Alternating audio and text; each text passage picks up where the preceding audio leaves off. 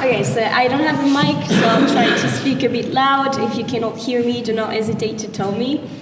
But first of all, I'd like to thank all the partners of the project for inviting us today, all the federation being present here, the academics as well, for this very important project for us. Obviously, when we were contacted to take part in it, we didn't hesitate to do so because, in our opinion, in sport citizenship, it's really connected to what we do on a daily basis. And this is why I am going to present to you today a bit who we are, why we were created, how do we connect with those values of sports in a European context. And in this regard, I will talk a bit about the European policies in terms of sports, which is not actually a very easy presentation to make, to be honest. And then I will connect it with how do we apply this kind of projects and this kind of European policies in a European context. But first of all, if I may, I'd like to give a bit of insight on what is Sporty Citizenship. Sporty Citizenship is a think tank. So you might be familiar with what a think tank is, but I'd like to recall that it's basically a study group studying all impacts of society and creating ideas, political, social ideas, economic one, in order to support public authorities in any of the policies that they can implement. So it is a kind of laboratories of ideas where experts, researchers, or public experts gather in order to think together about new models. And this kind of laboratory of ideas in sporty citizenship, we do it in what we call the social impacts of sports. So what are we talking about when we say social impacts of sports? To cut short, basically it's saying that sports is way more than just going for a run on Sunday morning, which is of course very beneficial for our health, like I don't doubt about it.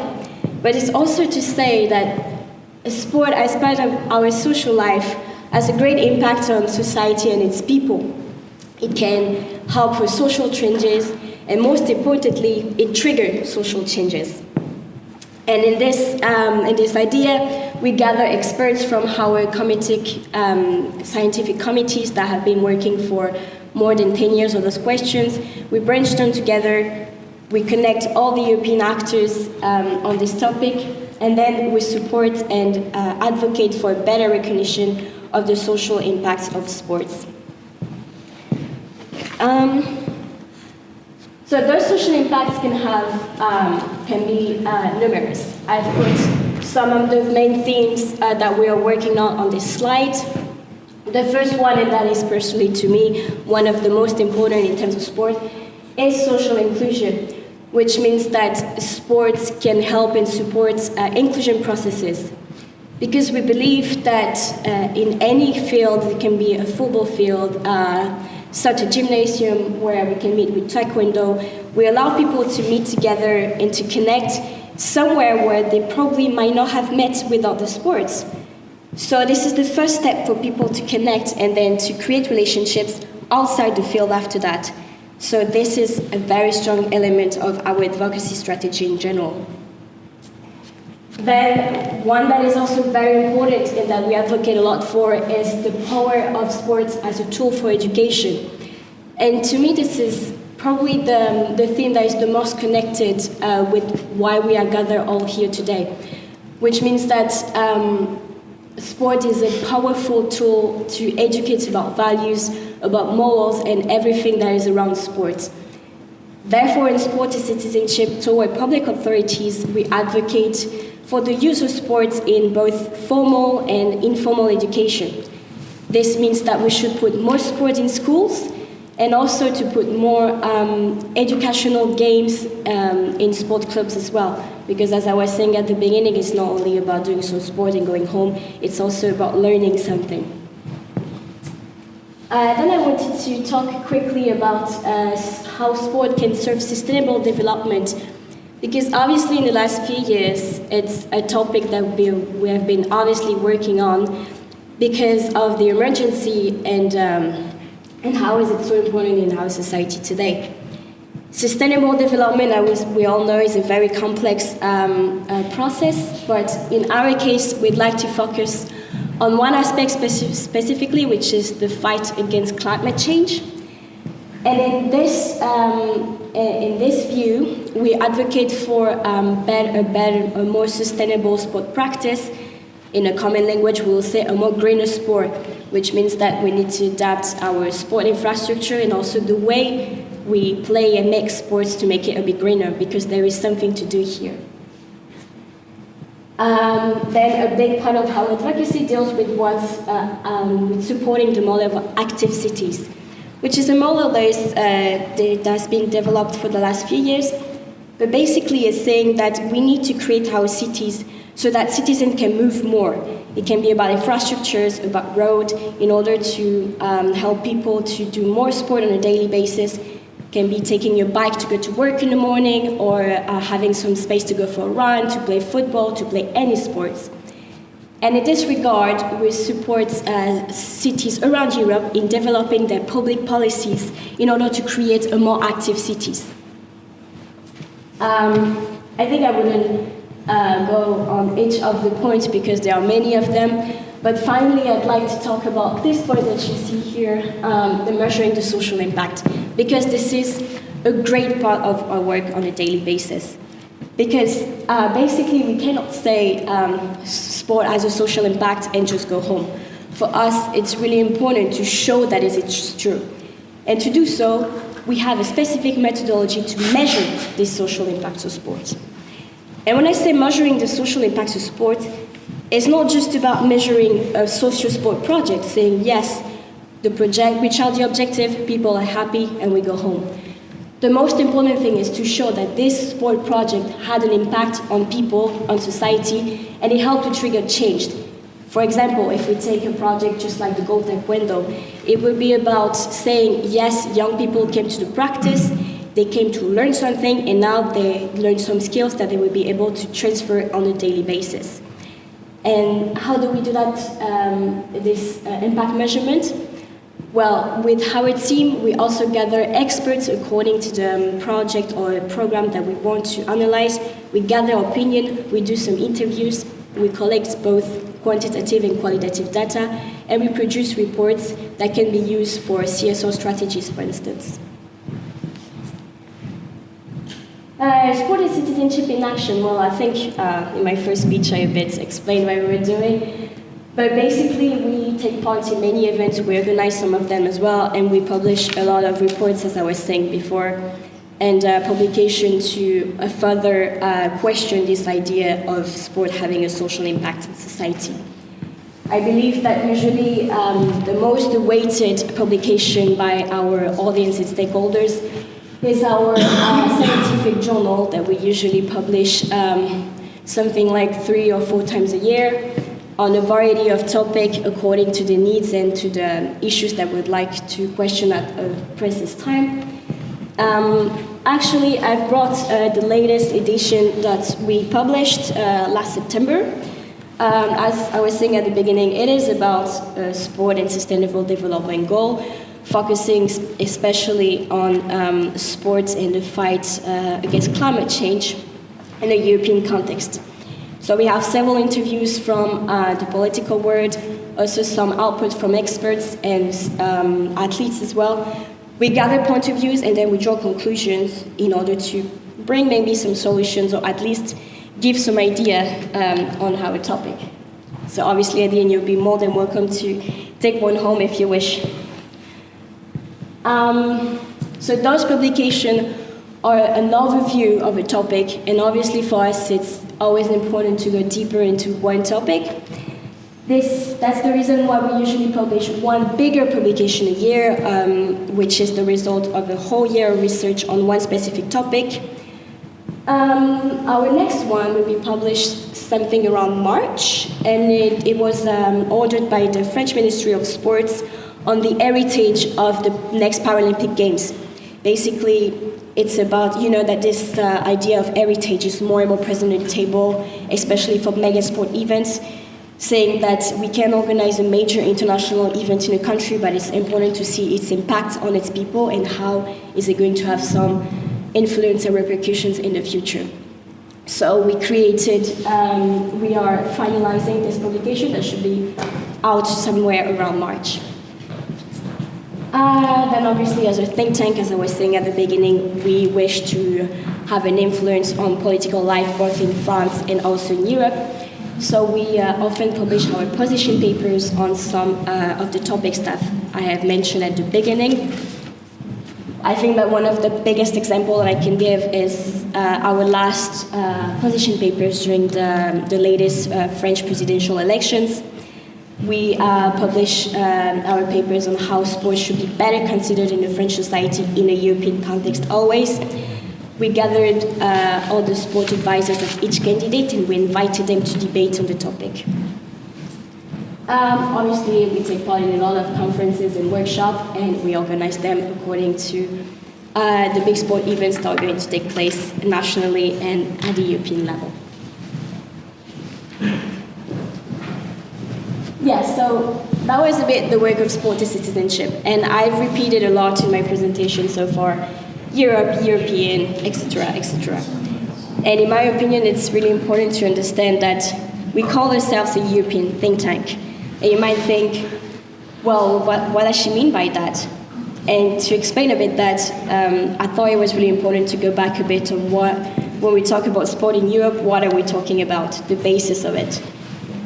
Well, first, you probably know, but one thing that doesn't make my work and my colleagues' work not necessarily easy on a daily basis is that sport is a supporting competence of the European Union, which means that basically the European Union has no power to pass law or to interfere in the sporting policies of each member state. It's just a supporting competence, which means that it can only give some guidance in general ideas and support, complement the national policies of the member states. But we still have something to do about it, about bringing ideas on the table. I'll come back to it later. A bit of history without giving a lecture here. So when sport started to become really something, a very important topic in the European Union, it was probably in 2007 when the white paper on sport was published, and it was quickly followed by the Pierre de Coubertin action plans for sport in the European Union. So the first white paper on sports basically targeted three main points for sport. First of all, it clearly mentioned that sport had a social impact in society and that it should be considered as so.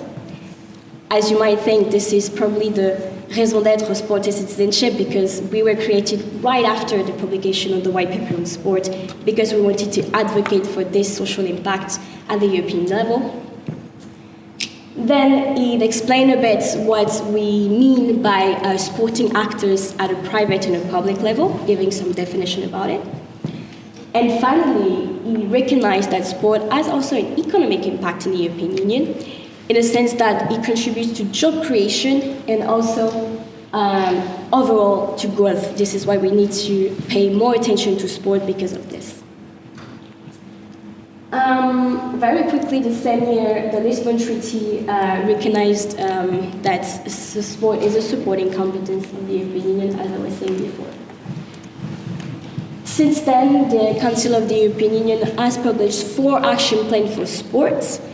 The latest one is the action plan for 2021-2024 that established mainly 3 priorities, which I've put on a slide there, which is obviously supporting the increase of participation of European citizens in a sport practice, strengthening the integrity of the value in sports, which is one of the reasons why we are here today, and also a very big priority for the European Union in general in the last few years have been to take part in going towards a more sustainable society. And it clearly said in the work plan that we need to go towards greener sports at all levels. I was talking about infrastructure, but also about the practice. So this is the kind of legislative part of it. But then how is it applied on a daily basis? Well, so it's just a supporting competence, but we'll still have the sport unit of the European Union, which is one of the part of the European Commission, that deals with all the questions linked to sports. And to do so, several initiatives are implemented by the European Commission. The most important one every year, and probably the most famous one, is the European Week of Sports. It is basically just a week where the European Commission supports some sport initiatives all around Europe, and initiatives that, as I was saying, help people to get more involved in sport and increase the participation of European citizens. You have any kind of events for the European Week of Sport. They can be local events, national events, sport event, conference to reflect on all the social aspects of sports. Anything is invited, and it is supported by the European Commission. The EU Sport Forum as well, which is, as its name states, a forum where many of the European sport actors are invited to gather and to reflect on the future of the sporting policy in the European Union. When I'm talking about actors, I'm talking about any kind of actors. They can be local clubs, national federation, or any organization that are more or less linked to sports. Then the European Union also supports some initiatives by recognizing them. By this, I mean that during the European Week of Sport, for instance, there is a big ceremony taking place at the end, which are the Be Active Awards, which are awards that are rewarding, as awards should do, some initiatives throughout Europe that successfully managed to increase the participation of sports of European citizens over the year. Most recently, and I think that this initiative really shows us how important sport it is at a social level, because since last year, there are also new kind of awards, which are the Be Inclusive Awards, that rewards any sport activities that also manage to increase these inclusion processes of population thanks to sport. You have several categories. For instance, you have sport for peace, helping refugee people to get integrated in a club, for instance. Also, sport for gender equality. I think I don't need to explain this one. We also have other kind of awards. So it's really about this idea that sport is it's something way more important than just physical activity, but that it can also contribute to social inclusion, for instance. And finally, since Commissioner Gabriel arrived in power at the European Commission, she structured her action through the Healthy Lifestyle for All initiatives, which is basically about helping people to get more involved in sports with everything that I've mentioned before. On a practical term, how does the European Commission and the European Union in general help people to get involved in more sports? You probably know it. It's thanks to the Erasmus Sport program. Well, the Erasmus program, we usually tend to know it for the opportunity that it gives us when we are young to go on a university exchange throughout Europe. But it also has sports aspects when sport project can be funded. You have a variety of possibilities, but basically it's about gathering a lot of actors throughout Europe who have an idea all together to construct a project and to prove that we can do something about sports. Here you have the budget and some of the priorities of the program. Now I'd like to focus quickly on the values, because this is why we're here today. And obviously we can easily connect the values of sport and the value of the European Union, which is something clearly recognized by the treaties.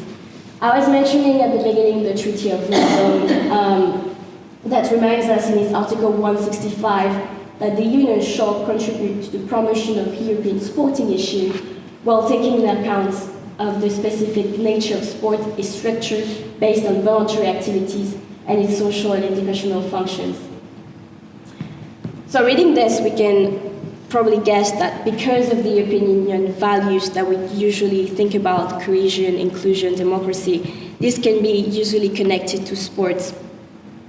And this is also one of the objectives of the European Union, to use sport to transmit its values and to also promote them.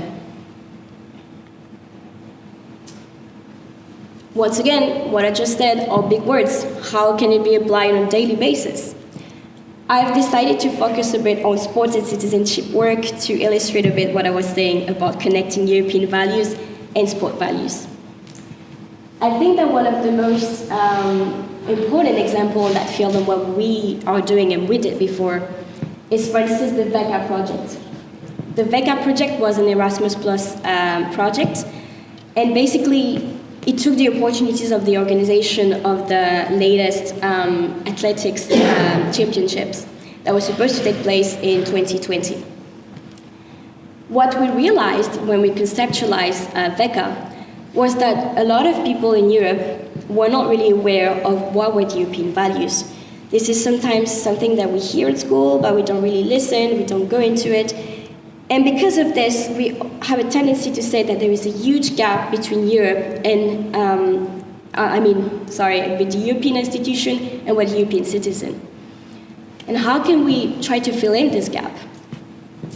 At the same time, we acknowledge the fact that, as I was saying before, that there are a lot of values in sport that can be connected to European values, and that the organization of a massive sport event in a country can be the occasion to connect both. So we decided to focus on one specific target group, the volunteers of this major sport event, for several reasons. First of all, because most of them are youth, but also not necessarily, so we had a great panel, and also because for a major sport event, those people come from several countries, it can connect together and then transmit the messages that they learned during the competition. So here's what we did. We took the opportunity of the sport event to talk about Europe more. How did we do that? Basically, we offered some modules to introduce a bit what was the European Union, saying that we were focusing on values, but it was way more than that. It also had an educational aspect.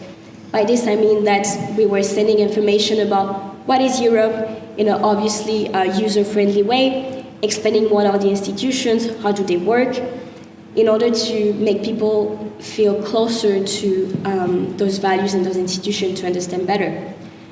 I was talking about the modules, but we also had other ways. For instance, one of the tools that we had was the regular sending of a newsletter, which wasn't a real newsletter, properly said. It didn't only have some news, but it also has, as we're saying, every week a new focus on one European institution. And finally, as I was saying at the beginning about the social impact of sports, the idea was not only to send a newsletter and not assess if it actually had an impact, but we conducted an impact assessment of this project. And I'm not going to talk about the whole report that we wrote, but we realized that those newsletters had an impact on the knowledge of the people in the European Union. Very quickly, because I've seen that time is passing, we have another project which set up another set of values, which is mainly the value of inclusion with the Football Including Refugees in Europe project. Everything is in the title, I'm not going to talk a lot about it, but it's basically about saying that football is a powerful tool for inclusion, and we go to local football clubs to help them in the creation of their social inclusion program with refugees, connecting them with shelters and welcoming centers with refugees. To do so, we are creating a MOOC with several modules in order to help those football clubs on a daily basis in their inclusion processes. I can talk a bit more about that if you wish after that, but time is running. Just the very last slide about how sport citizenship is dealing with integrities and values. We publish several of our journals on this. We also regularly have the Sport Corner at the European Parliament, where we gather MEPs to talk about these issues and to debate on it in order to make the debate broader and deeper. That's for it. I'm sorry, maybe that was a bit too long, but thank you for listening.